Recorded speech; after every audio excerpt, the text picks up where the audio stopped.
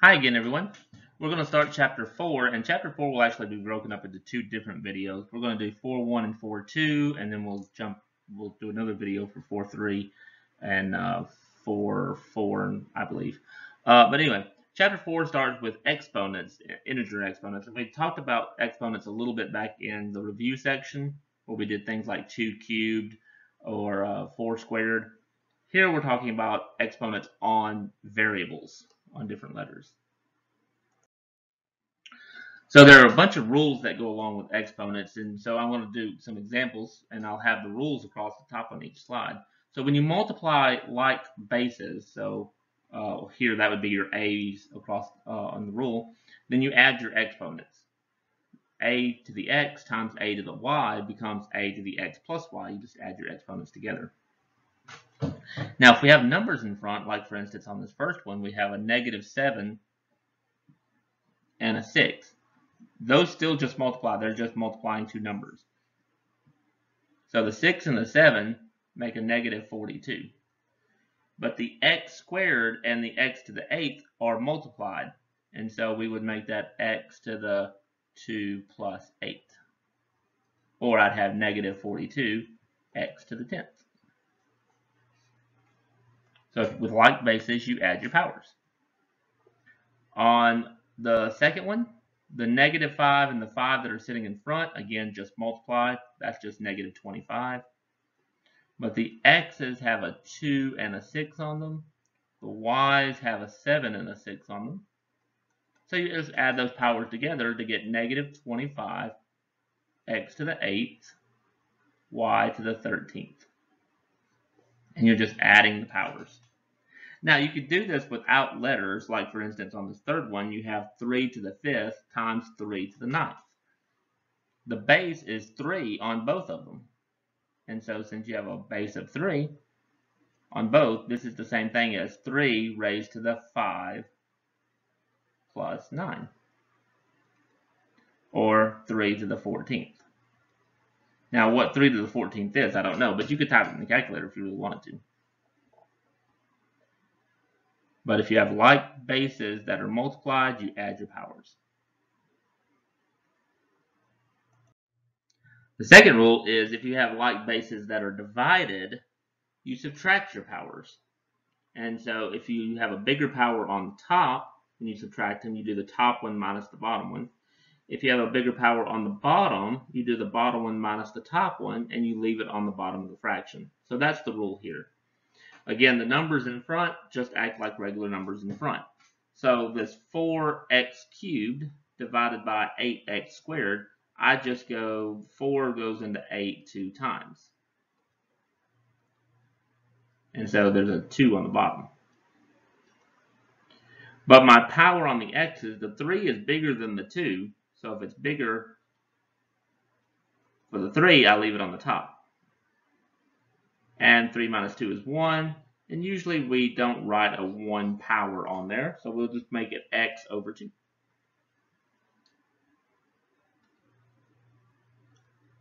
On the other example, the x's have powers that are bigger on the bottom. The y's have the powers that are bigger on the top. So the y would go on top. It would be 6 minus 4 sitting on top.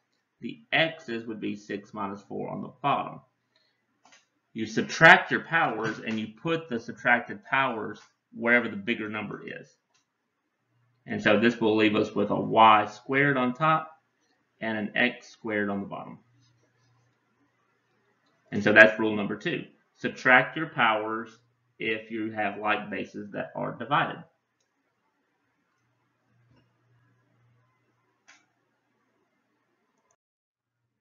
The third rule, if you have negative exponents, you can make a negative exponent into a positive exponent just by flipping it over, turning it over on underneath a fraction bar. And so if I have something like 2 raised to the -2, this would be the same thing as 1 over 2 squared. The -2 power becomes a +2 power if you put it underneath the fraction. And then you could go one step further if you wanted to. 2 squared is 4, so you could make it 1/4. Or if I have 3 to the -1 plus 5 to the -1, that is 1 over 3 to the first plus 1 over 5 to the first. Again, we usually don't write the 1 on there for our first power, but I'm doing that here just to show you what's happening. It becomes a positive 1 power. So you just get 1/3 plus 1/5. You can add these together either in the calculator or just getting a common denominator, whichever one you want to do. If you got a common denominator, it would be 15.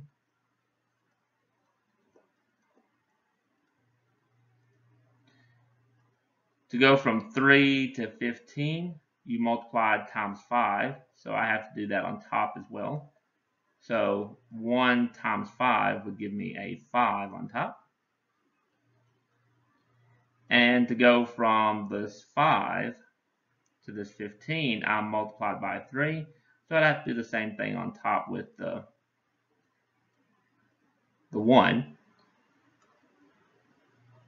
So that would give me actually 8 over 15.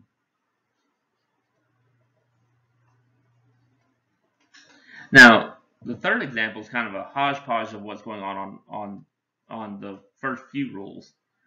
Here, what we have is negative exponents on the a and 2 b's. So to make those be positive exponents, what I could do is I could flip them over the fraction bar. The b to the negative 5 on the bottom would become b to the positive 5 on top. The a squared was already positive, so we'll leave him down there. The a to the negative 3 becomes a to the positive 3, and b to the negative 4 for on top gets dropped down to become b to the positive 4. Then the other rules kick in.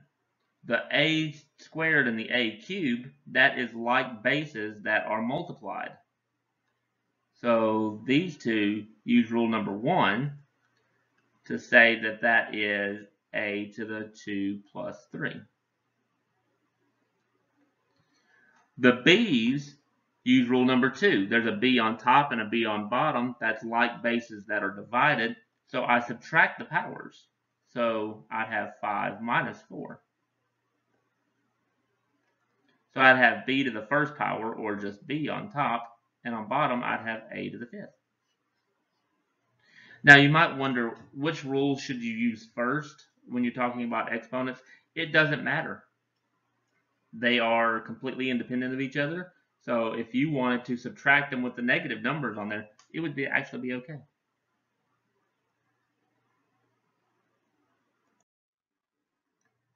Okay, rule number 4, if you have an exponential expression raised to another exponent, then you multiply the exponents. So it works kind of like distributing. A to the x, then raised to the y, is the same thing as a to the x times y. So for instance, this first one, x to the negative 2, y to the 7th, all raised to the negative 2, this is the same thing as x to the negative 2 to the negative 2 times y to the 7th to the negative 2. I could put the negative 2 on each one of them and multiply the powers. Negative 2 times negative 2 makes positive 4. 7 times negative 2 makes negative 14. Now, if you don't like the negative exponent as well, you can make it a positive exponent by dropping it down to the bottom of the fraction and making it y over 14. I'm usually partial to doing positive numbers. I'm a very positive person.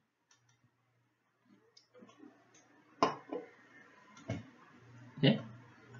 On the second example, again, same idea. The squared on that first parenthesis can distribute on each one of them. So this is the same thing as 6 squared times a to the negative 4 squared times a squared to the negative 4.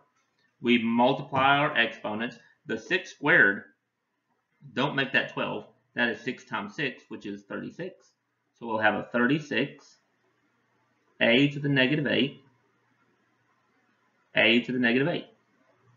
The negative 4 times 2 is negative 8, and the 2 times negative 4 is also negative 8. Here, you have an option. You have like bases, the a to the negative 8 and the a to the negative 8. So I can add those powers, or I noticed that they're both negative, I could drop them to the bottom and make them positive. It doesn't matter which one you do first. I'm going to add them. And so I'm going to say this is negative 8 plus negative 8, which is negative 16. And then I will drop it to the bottom to make it positive and make it a over 16. So that's rule number 4. If you have an exponential expression raised to a different exponent, you multiply your exponents together.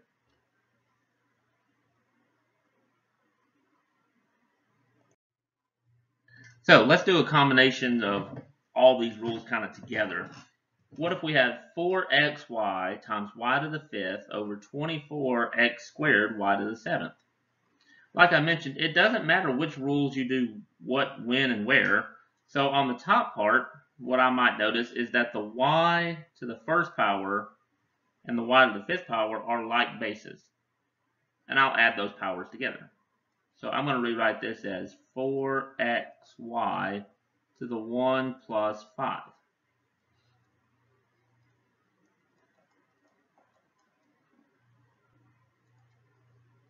And so that would be 4xy to the 6th over 24x squared y to the 7th.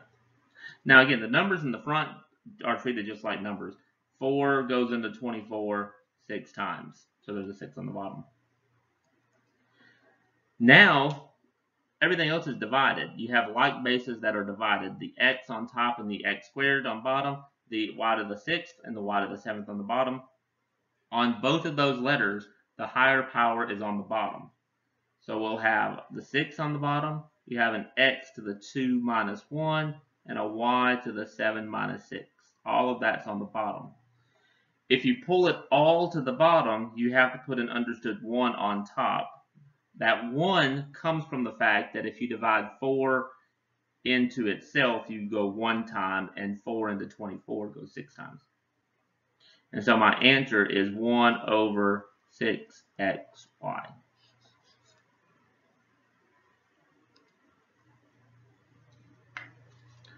On the second example, I would probably start with the power raised to the power. So the a to the negative 1 to the 5th and the a to the negative 2 to the negative 1. I would do that first and multiply those powers together and make this be 7a cubed a to the negative 5. And on the bottom, negative 1 times negative 2 makes 2.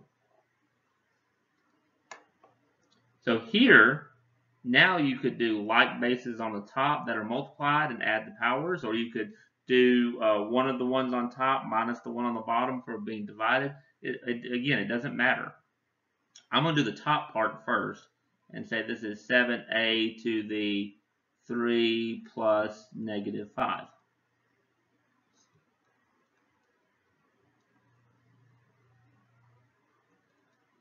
And so that will give me 7a to the negative 2. Then I would pull the negative 2 power down to the bottom and make it 7 over a squared, which again makes like bases on the bottom, so I can add my powers to get my answer to be 7 over a to the 4th. And that would be my answer.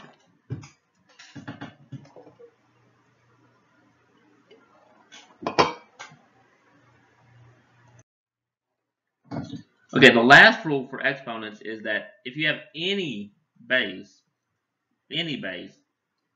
raised to the 0 power, it's 1. So it doesn't matter, like on this first one, you have 3x to the 5th, y to the negative 208, z to the 31st. All of that is raised to the 0 power. All of that, whatever it is, doesn't matter. Anything raised to the 0 power is 1. This is the best of all the rules. On number 2, you have 7 to the 0, which would be 1. And you have x to the 0, which would be 1. And I learned a long time ago that 1 plus 1 makes 2. Now you do have to be careful a little bit on the third one. This is not 7 raised to the 0 and x raised to the 0. It's only x raised to the 0. So this is like 7 times x to the 0, which is 1. So that's actually 7. If it was quantity all raised together, like for instance, if I had 7x all raised to the 0, that would be 1. But the 0 is only on the x on that example.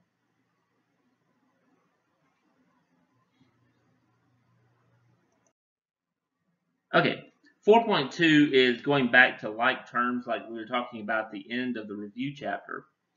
Your like terms are usually separated by plus and minus signs, and you're looking for the same letter raised to the same power to be like terms. And we combine the numbers in the front. And we typically like writing things in descending order. That means your highest powers go first and you work your way down to your lowest power. And remember that the positive and the negative sign is attached to the number, so when you do rearrange it into a descending order, take the positive or the negative with it. So for instance, we're looking for things that go together. Here we have higher powers on it. That's why we're mentioning it in this section. So you're looking for things that are the same. Like for instance, this 5b to the 5th and this minus 3b to the 5th, they would go together. And so you would say 5 minus 3 gives me 2b to the 5th. Now, there is only a minus b cubed. That's all there is. And so nothing combines with it. We just write it down. And then we have a positive b squared and a minus 9b squared. So the positive 1b squared and the minus 9 will give me a minus 8b squared. And that's as far as you can go. You can only combine together things that have the same powers on the same variable. And the second example is very much like one we did back in chapter 1. You just have to distribute the negatives across to make this a minus 3b, a minus 9, a minus 4b, and a minus 5. So I'm just taking these negatives and putting them across on each one of these terms. And again, you look for what's in common. So I have a 5b, a minus 3b, and a minus 4b. All of that is in common. We would put those together. The 5 minus 3 is 2. 2 minus 4 is negative 2. So I have a negative 2b. And then we have numbers. The 3, the minus 9, and the minus 5.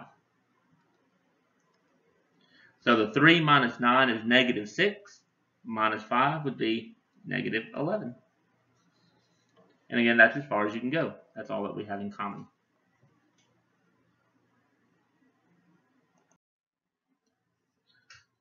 Or if we're adding or subtracting them, same idea. You're looking for what is in common. Same powers on the same variables. So for instance, here we have a positive 2x squared and a positive 8x squared. I can put those together to give me 10x squared. I have a minus 4x and a positive 9x. That would be a positive 5x left over. And then I have a positive 25 and a minus 55. That would give me minus 30. The next one is very similar. In fact, you might notice the second part is exactly the same. But notice here, there is nothing in common with the x to the 5th. On the x squared, yes. I have a positive 4x squared. I have a positive 8x squared. I could put those together. I could put together the positive 25 and the minus 55. But that's all I can do. I can't put the x to the 5th with anything, and I can't put the 9x with anything. And that's fine. You just carry it along with you. And so we'll have the 5x to the fifth that doesn't change. The 4x squared and the 8x squared would give me 12x squared. The 9x would not have anything to combine with. And the 25 and the minus 55 again is negative 30. Notice on both of those I wrote them in descending order. I usually do that automatically because I usually look for the highest powers that are in common and I just work my way down in powers. If you do that, you'll be in descending order anyway. So hopefully that's not too bad. That's all we're doing in this little video, and then we'll pick up with the rest of chapter 4 in the next video.